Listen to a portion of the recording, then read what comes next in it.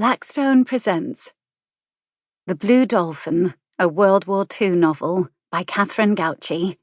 This book is read by Justine Eyre.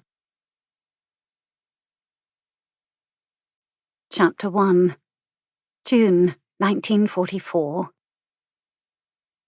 The sun was quickly slipping over the horizon into the Aegean Sea like a rich red fireball falling from heaven. In the final minutes of its descent, the water resembled a great expanse of undulating molten lava.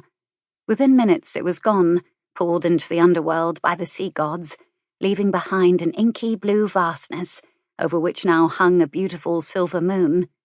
This was the time of day Nefeli loved the most, the time when she could reflect on the events of the day. These days the Blue Dolphin taverna was lucky to have more than a handful of patrons, and rarely in the evening. With money scarce, she was thankful to the fishermen who called by in the morning with their fresh catch and offered her a choice of fish. In exchange, she would cook them a meal.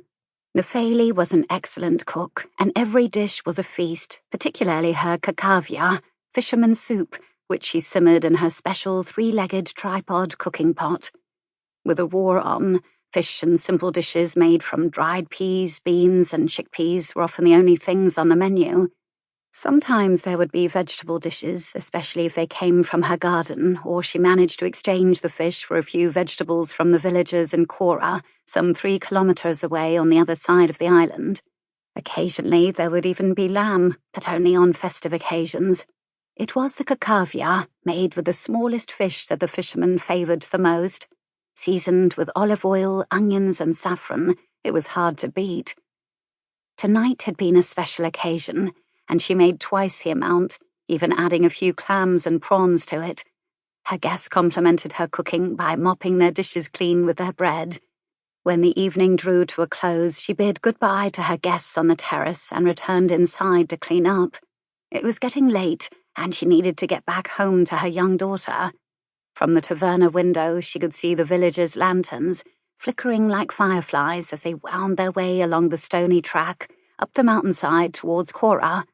It was the island's main village, and unless you counted the small cluster of houses around Microlimano, the small harbour on the other side of the island, it was the only village. By mule, it would take them half an hour to reach their destination. In no time at all, the lights disappeared behind the rocks. Nefeli picked up the empty glasses and dishes from the table and washed them, ready for the next day. Before leaving, she gave the tables a good wipe, swept the floor and closed the deep blue shutters over the windows. Outside on the terrace... Sample complete. Ready to continue?